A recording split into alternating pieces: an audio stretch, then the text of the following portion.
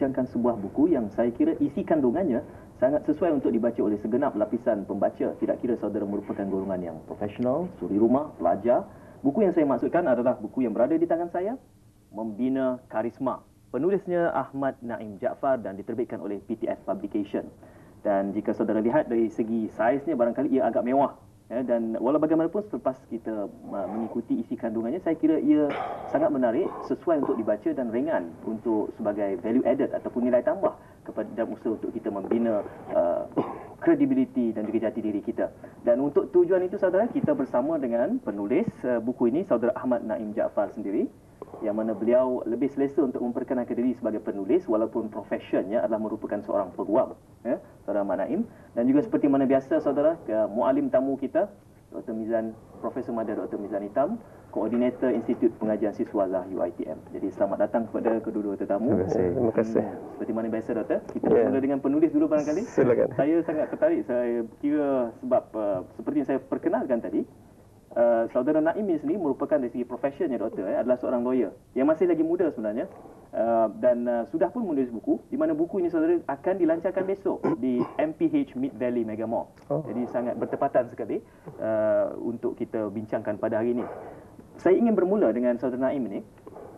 Mengapa tema ini yang dipilih, Membina Karisma? Sedangkan dari segi profesionnya sendiri, saudara adalah seorang peguam. Barangkali boleh dikongsi bersama dengan khalayak penonton Iqra.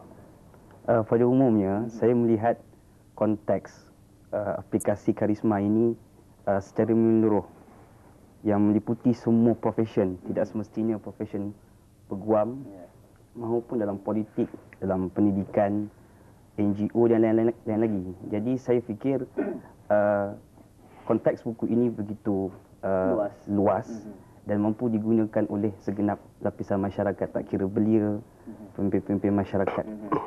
Ya, saya akan lebih jauh lagi berbincang tentang konteks itu. Saya sebelum itu, Doktor, apa yang boleh kita kongsi selepas Doktor mengulas dan melihat isi kandungan buku ini, Membina Karisma? Ya, terima kasih saudara Syed dan saudara Naim. Assalamualaikum warahmatullahi wabarakatuh dan salam sejahtera sidang penonton sekalian. Saya telah membaca buku ini dengan penuh minat dan halamannya sebanyak 362 muka surat, yang saya fikir berupa tulisan bab-bab kecil yang merangkumi 35 artikel. Dan saya menyebut baca dengan penuh minat kerana ini sesuatu yang cukup praktikal untuk dibaca oleh semua orang. Dan saya bermula seperti biasa melihat apakah definisi yang cuba dibawakan oleh penulis mengenai apa yang dimaksudkan dengan membina karisma. Dan sudah tentu untuk mencari satu definisi yang tepat, memang dalam dunia akademik kita tidak akan berpegang kepada satu definisi, kerana kita boleh saja memberi apa-apa definisi lain. Tetapi kalau dalam konteks untuk bacaan umum dan juga untuk pengetahuan kita semua untuk dimanfaatkan, sudah tentu kita perlu mencari apa yang kita bincangkan. Mungkin dalam konteks penulisan kita katakan dia punya operational definition, definisi operasinya apa. Jadi saya melihat bahawa saudara Ahmad Naim, pertama saya ucapkan tahniah kerana seorang penulis muda. Saya fikir memang beliau masih muda kerana saya pernah beri ceramah kepada beliau di zaman mahasiswa beliau. Jadi tahniah kerana menulis begitu cepat selepas tamat universiti. Itu satu yang saya fikir harus diberi pujian secara terbuka. Jadi beliau menyentuh soal karisma sebagai suatu anugerah Tuhan, sebagai suatu anugerah ilahi. Kelebihan yang diberikan oleh Allah Subhanahu Wa Taala kepada seseorang, di mana orang ini apabila orang melihat, kalau dalam bahasa muda, orang kagum dengan kebolehannya, dengan kepetahannya, dengan segala-galanya. Dan beliau menyatakan antara asas yang saya fikir boleh saya letakkan di sini sebagai mukaddimah. Dan saya fikir tak perlu saya berikan definisi lain kerana saya fikir tidak kena untuk memberi definisi lain dalam konteks membaca buku ini. Jadi beliau menyatakan bahawa antara sifat karisma ditentukan oleh mata orang yang melihatnya. Saya amat bersetuju. Karisma ditentukan oleh mata orang yang melihatnya. Bukan kita mengaku kita punya karisma. Kita mungkin boleh mengaku kita hebat, tetapi apakah pandangan umum terhadap kita? Pandangan orang itu terhadap kita, itulah karisma. Yang kedua, saya fikir agak menarik, tertarik saya membacanya. Kehadiran karisma mudah dikesan, tetapi susah diterangkan. Itu yang kita sedang hadapi sekarang. Nampak, tapi susah nak jelaskan. Di mana karismanya? Di mana karismanya? Dan saya amat bersetuju apabila beliau mengambil pandangan Hamka. Kalau saya ingat saya catatkan di situ, almarhum Profesor Hamka menggunakan karisma dalam bahasa Melayu Indonesia, cahaya wajah atau cahaya muka yang darinya terpancar pancaran nurani. Jadi kalau ini kita boleh letakkan sebagai asas yang kita bincangkan, satu anugerah ilahi daripada pancaran dalaman tapi dilihat oleh orang. Itu sebagai karisma. Saya rasa saya telah meletakkan sesuatu untuk kita fokus dalam perbincangan ini. Untuk kita pergi lebih jauh, Ya. ya. Cahaya wajah dan cahaya apa Muka. tadi? Cahaya muka. Ya. Saya belum kamu keluar. Ya. Tapi saya Itu kata-kata Hamka bukan saya ya. Yang boleh kita kongsi Ya, bersama yang kita pagi boleh ini. kongsi bersama. Saya ingin kembali kepada saudara Ahmad Naim. Seperti yang digambarkan tadi bahawa buku ini agak general dari segi sentuhannya. Dia menyentuh di sana sini kumpulan artikel yang banyak. Jadi apakah maksud yang ingin disampaikan daripada penulisan buku ini? Pada asasnya saya cuba ingin mendefinisikan semula apakah maksud karisma. Kerana seperti yang kita tahu, karisma ini telah ditulis secara akademik dan begitu meluas pengaruhnya oleh seorang ahli sosiologi Jerman, Max Weber. Ya. Dan begitu diilustrasikan dalam Perang Dunia yang Kedua apabila timbul dua orang jaguh perang, iaitu Adolf Hitler di pihak Jerman dan juga Winston Churchill di pihak Britain. Jadi kedua-dua mereka ini dianggap sebagai seorang yang berkarisma. Jadi akhirnya satu penulisan yang ditulis oleh David Everbach berkenaan dengan karisma menyatakan bahawasanya orang-orang berkarisma di barat semuanya telah membunuh jiwa mereka. Mereka telah membunuh jiwa mereka dan menjadi pelakon-pelakon di hadapan kamera, sehingga kan mereka pandai berlakon di hadapan kamera ketika hendak tidur. Itu adalah definisi karisma di barat, iaitu tidak langsung memberikan sentuhan kepada persoalan-persoalan moral dan kerohanian. Justru itu tujuan buku saya ini adalah cuba untuk mendefinisikan kembali apakah maksud karisma, kepimpinan karismatik daripada konteks kita, nilai kita di Malaysia. Alhamdulillah saya dapat sentuhan Nusantara daripada tulisan almarhum Dr. Hamka dalam buku dia Panduan Hidup Muslim yang memberikan maksud bahawasanya karisma itu atau yang Dr. Mizan sebutkan sebagai cahaya muka atau cahaya wajah itu datang daripada dua sumber. Sumber yang pertama datang daripada perhubungan yang rapat kepada penciptanya atau Tuhan. Yang kedua adalah perhubungan yang cukup rapat dengan penguasa atau kekuasaan. Jadi itu adalah dua sumber karisma pada hemah Dr. Hamka. Dan kondisinya sama sahaja antara kedua-dua sumber itu, iaitu apabila terputus hubungan antara pemberi kuasa, pemberi sumber cahaya itu kepada orangnya, maka akan hilanglah dan akan malaplah karisma itu. Jadi Dr. Hamka dia menyebutkan beberapa contoh bagaimana seseorang pemimpin itu yang memancarkan kuasanya melalui kuasa-kuasa politik dan juga kuasa-kuasa pentadbiran. Mereka mendapat kuasa, mendapat cahaya karisma itu melalui kuasa politik. Sebagai contoh, mungkin kawan-kawan kita masa di universiti rasanya biasa sahaja, taklah begitu hebat. Tapi apabila dia dilantik menjadi menteri ataupun menjadi seorang yang besar jawatannya, maka akhirnya kita merasa kagum, merasa gah, yang apa yang disebutkan oleh Profesor Hamka sebagai seakan-akan kita bertemu dengan gegasi yang menggerunkan. Namun begitu, selang beberapa tahun apabila beliau turun daripada kuasa, letak jawatan, maka akhirnya Hilang karisma. hilang karismanya. Mana akhirnya dia tanya, "Wahai rakanku, manakah cahaya mukamu dulu?" Dia kata, "Cahaya itu telah aku tinggalkan dalam di belakang kerusi kekuasaanku." Jadi maknanya cahaya muka itu sebenarnya terlekat pada kuasa dan jawatan. Namun begitu, Hamka memberikan kondisi yang kedua, sumbernya iaitu daripada rapatnya perhubungan seseorang individu itu kepada penghubung, kepada penciptanya. Jadi apabila hubungan yang rapat dengan penciptanya itu menjadikan wajahnya bersinar, yang disebutkan sebagai seakan-akan satu sinar X-ray yang boleh menembusi. Bila kita merenung mata seorang yang berkarisma itu, maka kita akan cenderung untuk menjadi seorang yang akur dan mampu dipengaruhi oleh orang tersebut. Menerima kehadirannya. Menerima kehadiran karisma. Satu niat yang saya rasa sangat besar, iaitu mendefinisikan semula karisma, Doktor. Dan menghubung kait pula karisma itu dengan elemen keagamaan. Bagaimana pula tu? Ya, saya pun berhasrat untuk menyambung di situ. Kalau tak tanya pun saya nak sambung kerana saya fikir itu satu kupasan yang cukup menarik ya, bagaimana walaupun Hamka tidak menyebut istilah ataupun walaupun saudara Naim tidak menyebut istilah hablum minallah wa hablum minan nas, tetapi mesejnya cukup jelas. Itulah yang cuba ditonjolkan dalam buku ini, bahawa karisma harus dilihat dalam dua dimensi yang bersepadu. Satu, hubungan seseorang itu dengan Allah Subhanahu wa taala penciptanya, hablum minallah, dan hubungannya sesama manusia. Artinya sekiranya seseorang itu punya dua kekuatan, sama ada dia berjawatan atau tidak berjawatan, di sepanjang sejarah karismanya akan kekal.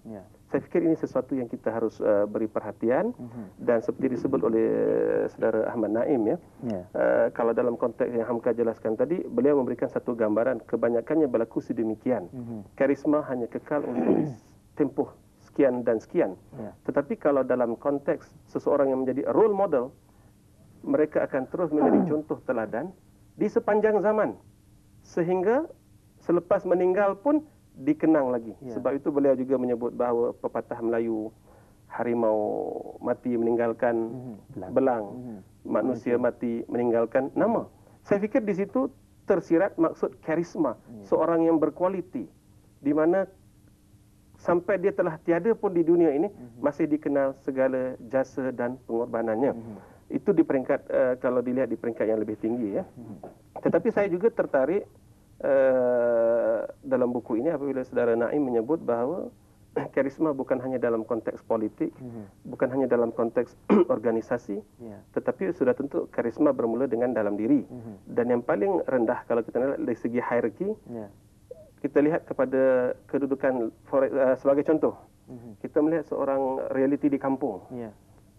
Saya menyebut ini kerana saya lebih familiar dengan suasana dibesarkan di kampung. Tetapi kemudian kita didewasakan di bandar, bekerja di bandar. Jadi kalau kita lihat di kampung itu, ada nilai-nilai karisma seorang pemimpin. Imamnya, bilalnya, dan sebagainya. Orang ini tidak berpelajaran tinggi, tetapi dia dirujuk. Kalau dia menjadi imam yang baik, kalau dia menjadi sidang yang baik, kalau dia menjadi pemimpin kampung yang baik, dia akan dirujuk.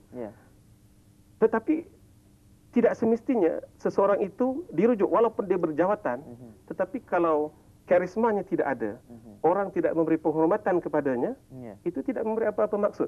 Di sini yang saya nak cuba sampaikan bahawa karisma adalah nilai dalaman yang dianugerahkan oleh Tuhan kepada orang-orang tertentu, dan bergantung kepada bagaimana cara orang melihat mereka.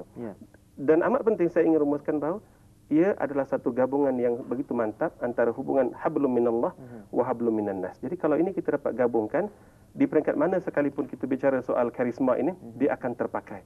Sama ada kita, saudara sebagai peguam, saya sebagai pensyarah, saudara saya sebagai tokoh perniagaan dan sebagainya, akan terpakai di segenap peringkat di sepanjang sejarah dan di sepanjang zaman.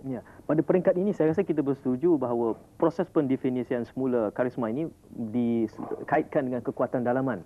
Dan kita juga menyebut ya saudara Naim bahawa karisma itu sendiri masih lagi subjektif.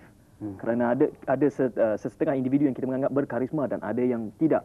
Jadi apabila ia subjektif ini, ada yang masih bertanya dengan saya, di mana karisma itu? Apa komponennya? Kenapa kita boleh mengatakan seseorang itu berkarisma dan yang lain pula tidak? Itu satu soalan yang sukar untuk dijawab bila ia satu soalan yang subjektif. Tetapi saya rujuk kepada apa yang Dr. Mizan katakan tadi, bahawa karisma itu terletak pada mata orang yang melihat. Itu bermakna dia melihat kepada konteks dan juga ruang lingkup kepimpinan seseorang.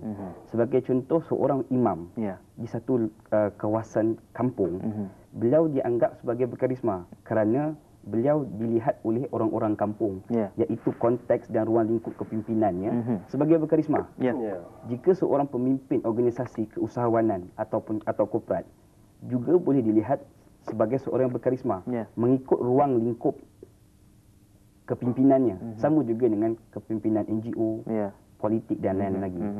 Namun begitu, apabila persoalan subjektiviti ini timbul, maka saya terasa terpanggil untuk cuba menjadikan ia sebagai satu yang objektif dan mudah untuk dibangunkan. Sebab itu, perkara asas yang kedua yang Dr. Mizan sebutkan tadi, iaitu karisma itu mudah dikesan, tetapi tidak boleh nak diterangkan.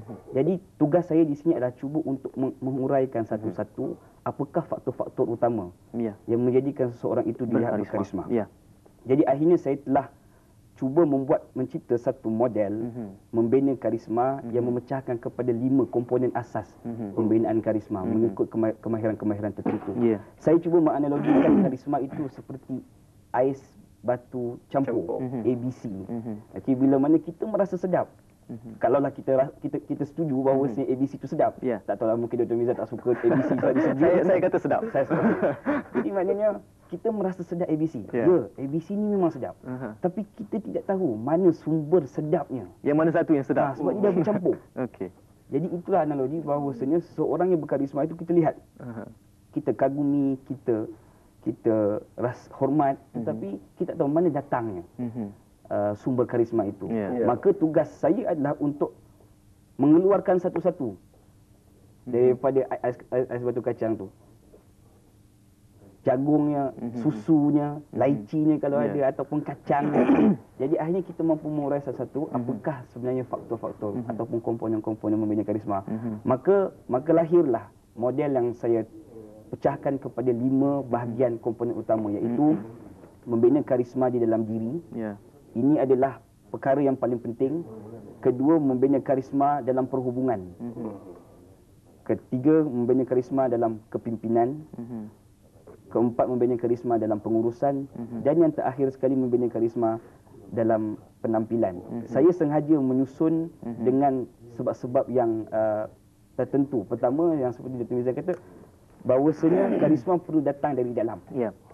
Perlu dipancarkan dari dalam. Saya menghuraikan beberapa topik yang penting seperti seseorang pemimpin perlu adilisma yang perlu diperjuangkan. Orang tidak akan suka atau kagum kepada seseorang yang mempunyai karisma jika hanya disebabkan hidung yang mancung atau mata yang bersinar. Perlu ada sesuatu yang diperjuangkan larger than life, lebih daripada kehidupan. Perlu ada substance. Besar tu. Kalau boleh saya, doktor, sekarang ni perbincangan sudah menjadi semakin hangat saya rasa. Kita kaitkan tadi karisma dengan nilai. Kerana saya rasa saudara Naim pun ada menyebut bahawa karisma juga boleh dimiliki oleh masyarakat barat yang mana tidak mempunyai asas nilainya di situ. Jadi apa nasihat yang boleh kita kongsi bersama di sini, doktor? Ketika saudara Naim berbicara dan saudara Syed Menawar bertanya, saya fikir kita sedang berfikir perkara yang sama walaupun kita tidak bincang. Yang saya lihat ialah di situ terdapat 2 gabungan. Dia akan berkekalan dalam segenap bangsa. Seorang akan kekal dengan karismanya dengan 2 sumber yang saya fikir cukup kuat. Sumber ilmu yang dimiliki dan sumber akhlaknya. Sumber ilmu dan kekuatan akhlak. Seseorang yang memiliki kedua-duanya ini, saya fikir akan disanjung masyarakat. Saya teringat pantun lama, saya harap saya dapat mengingatnya dengan betul kerana teringat sekarang. Sebuah pantun yang berkata, menggambarkan antara nilai dan budi ilmu ni. Dia menyebut begini: apalah tanda batang tebu? Batang tebu halus uratnya. Apalah tanda orang berilmu halus budinya. Jadi apalah tanda orang berilmu halus budinya. Di sini ada hubung kait dengan karisma.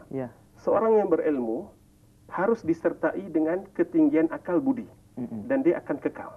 Tetapi kalau seorang yang berilmu tetapi sikap tak menggambarkan ilmunya, maka akan ada big question mark. Jadi di situ yang saya katakan ilmu dan akhlak berjalan seiring. Akhlak alone, akhlak sahaja tidak mencukupi. Nanti kita tidak boleh berhujah, kita tidak boleh mendidik. Ilmu sahaja tanpa penampilan akhlak akan timbul persoalan. Maka saya teringat orang dalam bahasa Melayu mudah disebut, cakap biar serupa bikin. Ini saya fikir pakcik-pakcik di kampung cukup mudah faham ini. Dia kata cakap biar serupa bikin. Kalau cakap tak serupa bikin, kita akan dipersoalkan dari segi karisma dan kualiti diri kita. Dan saya fikir itu amat bertepatan. Saya teringat firman Allah Subhanahu Wa Taala, ya ayyuhallazina amanu lima taquluna ma la taf'alun. Wahai orang yang beriman, mengapa kamu mengatakan sesuatu yang tidak kamu lakukan? Dan ayat itu pun disambung, kabura maqtan indallahi an taqulu ma la taf'alun. Amat besar kemurkaan Allah kepada orang yang begini. Artinya saudara Syed dan saudara Naim, Islam dan Allah Subhanahu Wa Taala meletakkan kalau cakap tak serba bikin akan timbul kemurkaan Allah. Kalau Allah murka, secara logiknya manusia juga marah. Ini prinsip. Saya mengingatkan diri saya juga tidak mudah untuk kita berbicara tajuk ini kerana saudara berbicara di halayak, orang akan persoalkan saudara di luar bagaimana. dan ini ujian terhadap diri kita semua yang bicara soal kepimpinan melalui teladan ataupun kita mesti menunjukkan contoh teladan yang baik siapapun kita di mana kita berada. Ya, sebelum kita teruskan, kita menerima panggil dulu. Halo, siapa di talian? Ya, saya Rosli dari Kota Abdul Rahman.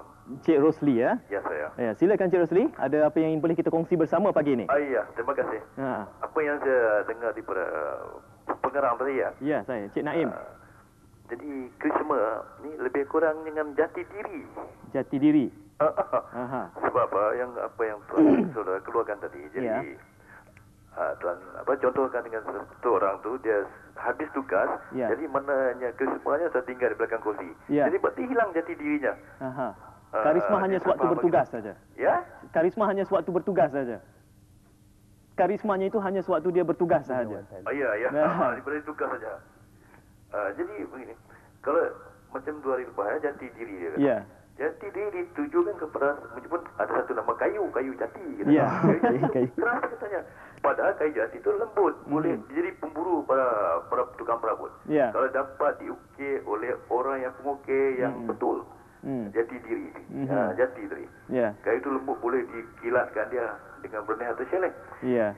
Jadi jati diri kalau kita tujukan kepada diri ada Islam. Ya. Islam itulah yang jati boleh duduk pada siapa.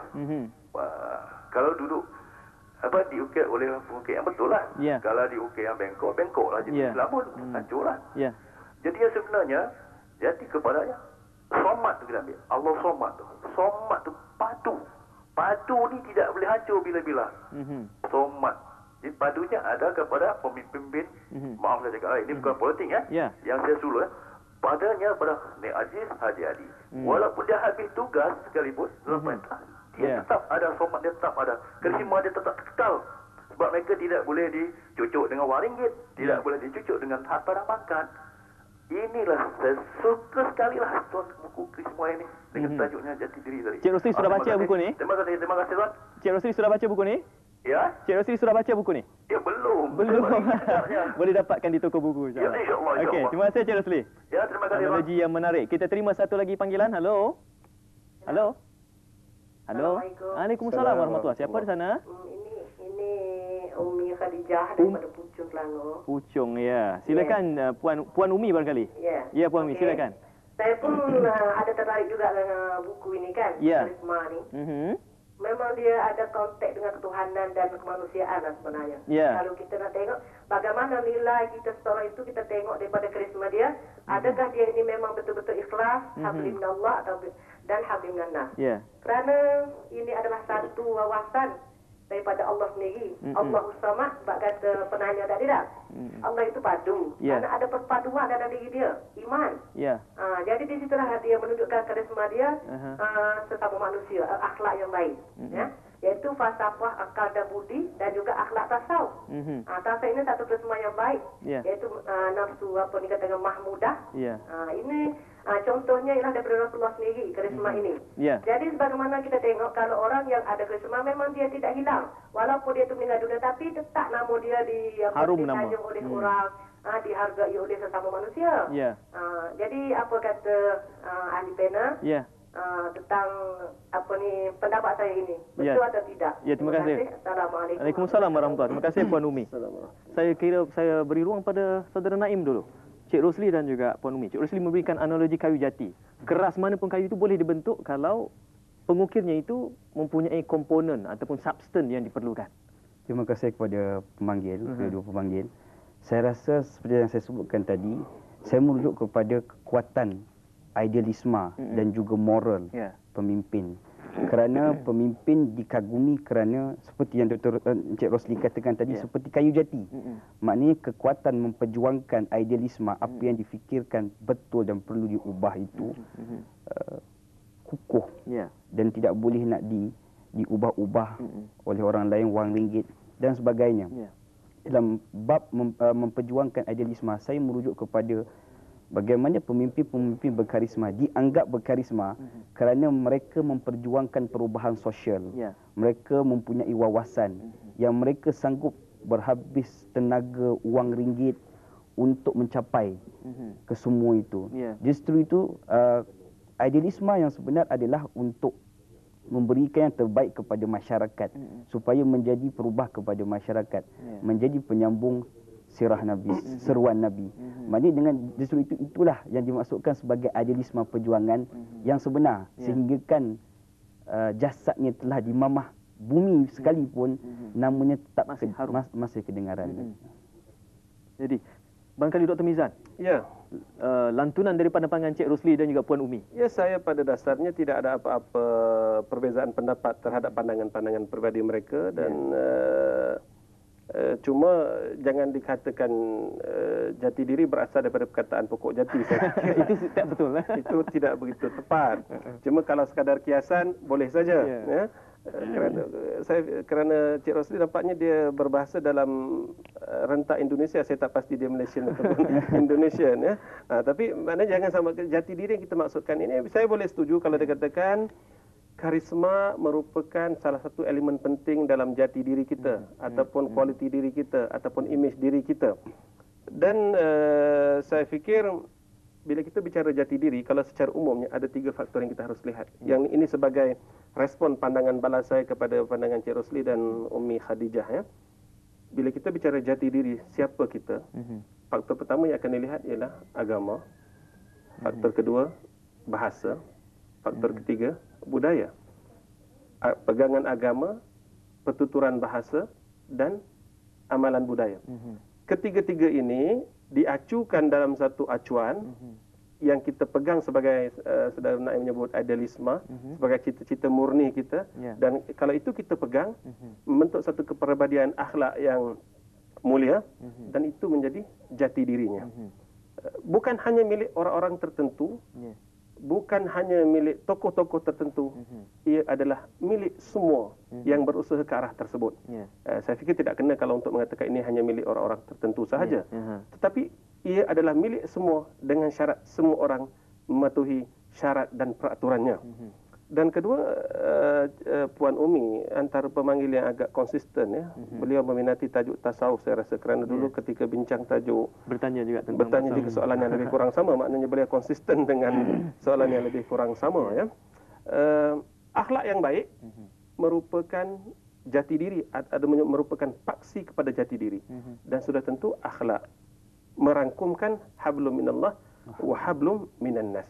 Jadi kalau semua orang berpegang kepada pegangan akhlak, dalam bahasa barat disebut sebagai personality ataupun moral, tapi dalam konteks yang lebih detail dan konteks yang lebih mendalam sebagai akhlak, saya fikir kalau ini kita miliki, semua orang mampu memiliki karisma yang baik.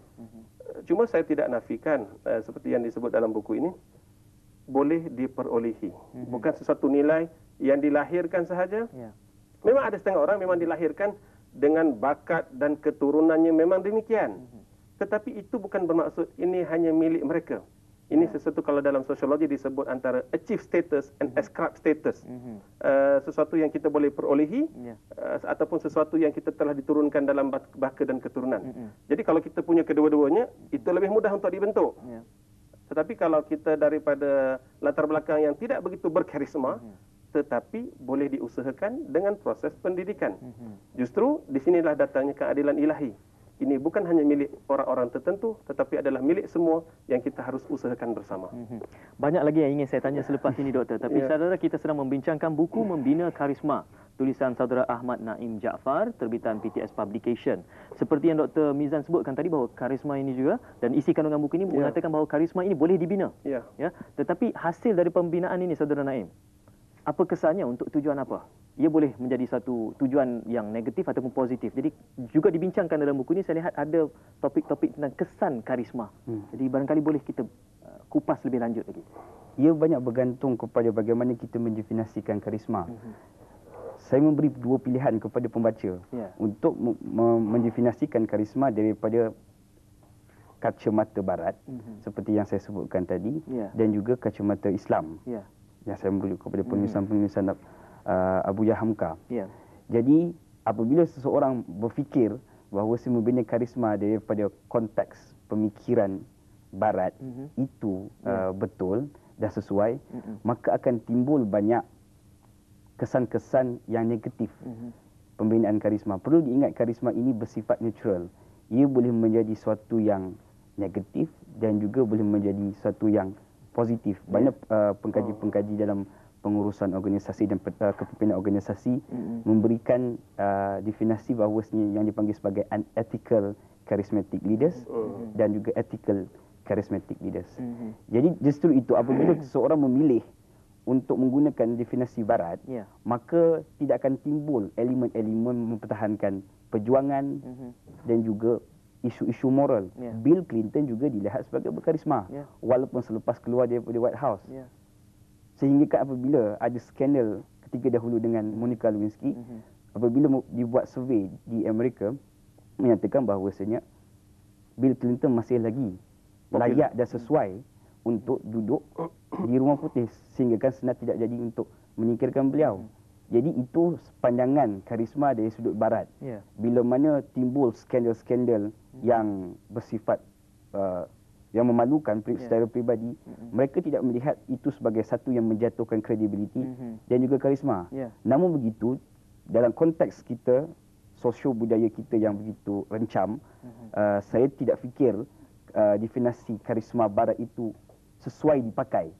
Tetapi lebih kita melihat kepada kesinambungan dan juga kesepaduan dari segi nilai moral, idealisme dan juga kemahiran-kemahiran. Ada setengah pemimpin di barat itu yang memang begitu pandai untuk bertingkah laku secara publik untuk dilihat sebagai seorang berkarisma. Namun begitu ia sebagai satu peribadi dan personaliti yang tidak tulen.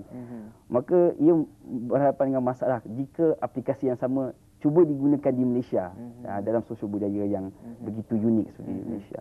Antara kesan-kesannya yang saya sebutkan antaranya adalah berkaitan dengan persoalan moral pertama, yang kedua berkaitan dengan persoalan pengganti kepimpinan. Kerana apabila seorang pemimpin yang berkarisma ini selalu dia cuba di akhirnya dia cuba untuk menjaga status quo-nya. Walaupun saya sebutkan di awal bahawa setengah pemimpin berkarisma itu mengikut kajian Profesor Koger and Konengu dalam bukunya Charismatic Leadership in Organization menyebutkan salah satu sifat pemimpin berkarisma adalah pemimpin-pemimpin yang bertindak di luar kebiasaan.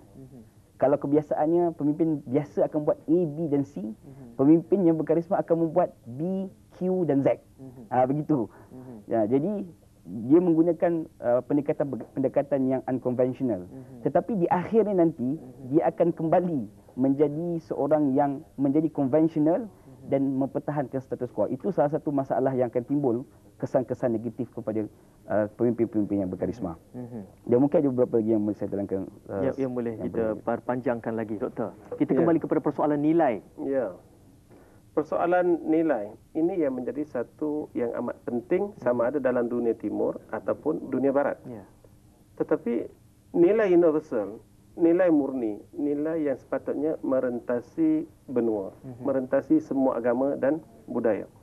Maka soalan ditimbulkan di sini, kalau dalam contoh yang Saudara Naim sebutkan tadi, judgement ataupun penilaian yang betul hanya boleh dibuat oleh khalayak yang betul. Ini kita sebut world view, pandangan hidup. Tapi di sini harus dinilai. Jadi artinya saya tertarik dengan apa yang disebut oleh Saudara Naim tadi. Untuk memberi penilaian yang adil dan saksama, perlu dinilai oleh khalayak, mereka yang memahami apa makna keadilan, nilai dan sebagainya. Kalau kita meminta khalayak yang tidak mengerti menilai, ibarat satu contoh lah orang kata. Kalau ini sekadar contoh. Katalah anda diminta untuk memilih seorang pemimpin di mana dalam sebuah kampung itu 90% orang bermasalah. Kemungkinan yang akan terpilih ialah orang yang bermasalah kerana mereka punya nilai yang sama. Ini berlaku. Saya tidak mau menyentuh, takut nanti tersasar ke pandangan politik. Tidak. Tapi itu gambaran yang dikatakan bahawa penilaian mesti datang daripada mereka yang berhak untuk menilai menurut nilai-nilai yang sepatutnya. Kerana untuk itu saya harus kembalikan bahawa nilai murni hanya terbentuk dengan persiapan ilmu. Harus dibezakan apa yang halal, apa yang haram, apa yang baik, apa yang tidak baik. Di sini perlu datangnya soal pendidikan. Jadi kalau saya ingin merumuskan bahawa soal nilai hanya terbina dengan satu proses pendidikan yang menyeluruh di segenap peringkat. Hanya dengan itu kita akan dapat memilih dan menilai siapa yang berkualiti dalam menentukan soal jati diri ataupun karisma ataupun cahaya wajah dan cahaya muka yang kita bincangkan pada hari ini. Ya, nampaknya menjadi semakin menarik dan semakin tinggi perbincangan ini kalau boleh kita pergi kepada saya tertarik saudara Naim juga menyebut bahawa kita cuba mengobjektifkan subjektiviti karisma ini ataupun kita cuba meletakkan kayu ukur. Kalau boleh saya tanya, siapakah individu ataupun contoh yang boleh kita tampilkan sebagai saudara berpandangan orang yang berkarisma untuk kita kongsi, untuk dijadikan benchmark barangkali kepada khalayak penonton? Saya fikir perkara pertama sekali untuk mencari satu benchmark pemimpin yang berkarisma perlu dilihat juga kepada konteks dan juga ruang lingkup kepimpinan. Mungkin jika saya sebut satu nama sebagai contoh, Tony Fernandez. Sekarang ni CEO AirAsia. Pemimpin-pemimpin politik amat sukar untuk menerima Tony Fernandez sebagai seorang yang berkarisma kerana mereka di luar konteks dan juga ruang lingkup kepimpinannya. Tetapi dalam dunia pengurusan dan juga keusahawanan, Tony Fernandez dianggap sebagai seorang yang begitu berkarisma dengan cara pakaian yang begitu casual. Dia tak suka pakai tie.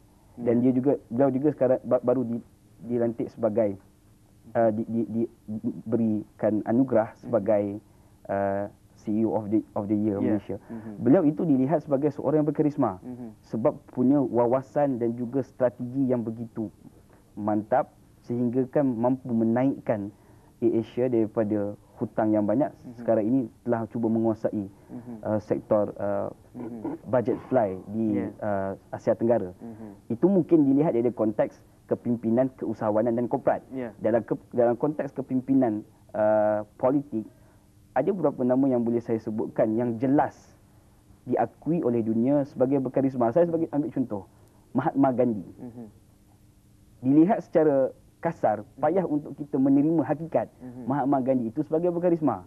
Beliau hanya memakai pakaian yang begitu sederhana dengan memakai capal dan juga beberapa pakaian perkakasan asas hidup beliau.